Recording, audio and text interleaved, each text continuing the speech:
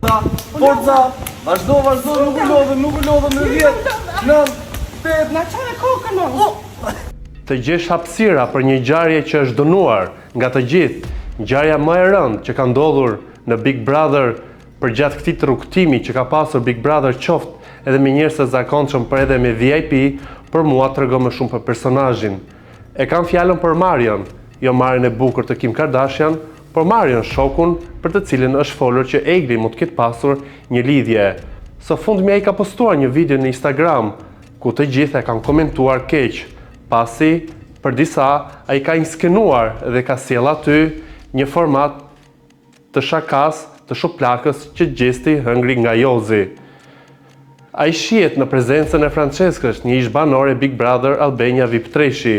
ku teksa stërviten, ajo i natoset dhe i gjuan me shuplak në thonjza dhe ai rrëzohet në tokë, i njëjti rrëzim që përjetoi gjesti, por nga një shuplak e vërtet që u dënuan nga të gjithë nga Jozi në gjysmëfinalen e Big Brother Albania VIP 4.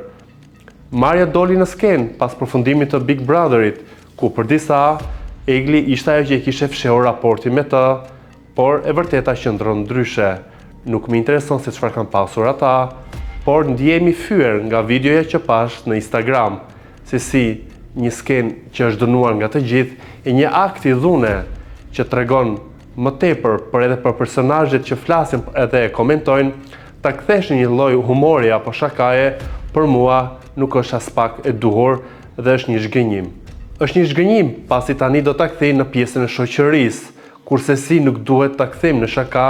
një situatë e cila tregon dhunë. Pastaj jemi ne ata që ankohemi që pse nuk funksionon shteti apo pse policia nuk mbron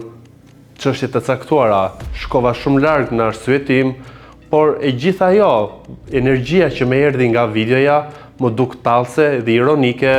për dhimbjen që përjetoi Gjesi në ato momente ku rrëzua në tokë nga një shuplak e fortë edhe nga Jozi.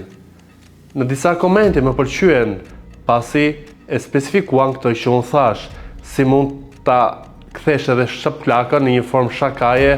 kur të lidhin ty me një situatë apo dhe me një personazh, dhe patjetër që është një veprim i dënuar dhe është dënuar në rrjetet social, ka kushdo që ka komentuar në videon e cila tashmë është bërë virale.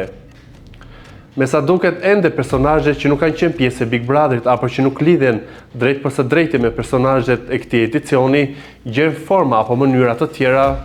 për të bërë lajm apo për të shkaktuar disi realitet në rrjetet sociale, pra një lloj zhurme e cila është një fast food pasi konsumohet lehtë dhe nuk të jep ty një vëmendje të tejzjatur përse disa ditore. Nuk është hera parë që Mario hedh thumba apo ironizon, edhe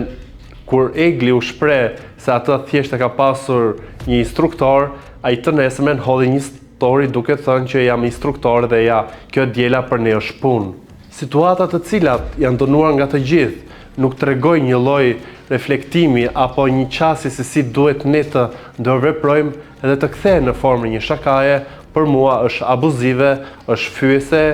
por nga ana tjetër të tregon edhe ty një person qesharak.